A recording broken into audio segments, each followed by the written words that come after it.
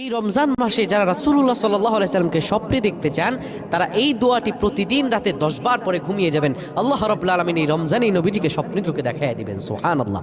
যারা নবীজিকে স্বপ্নে যোগে দেখতে চান, নবীজিকে স্বপ্নে যোগে দেখলে নবীজি বলেন তার জন্য জাহান্নামের আগুন হারাম হয়ে যাবে। নবীজিকে যারা স্বপ্নে যোগে দেখলো তাদের মতো সৌভাগ্যশীল ব্যক্তি তো আর কেউ হতে পারে না।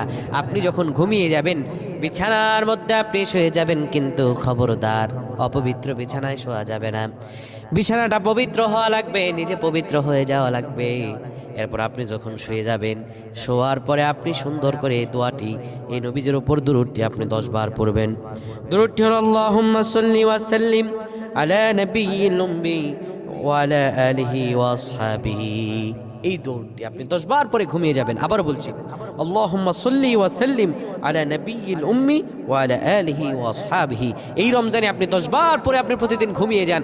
আল্লাহ রাব্বুল আলামিন ঘুমের ঘরে নবীকে স্বপ্নে যোগে দেখায় দেবেন। আল্লাহুম্মা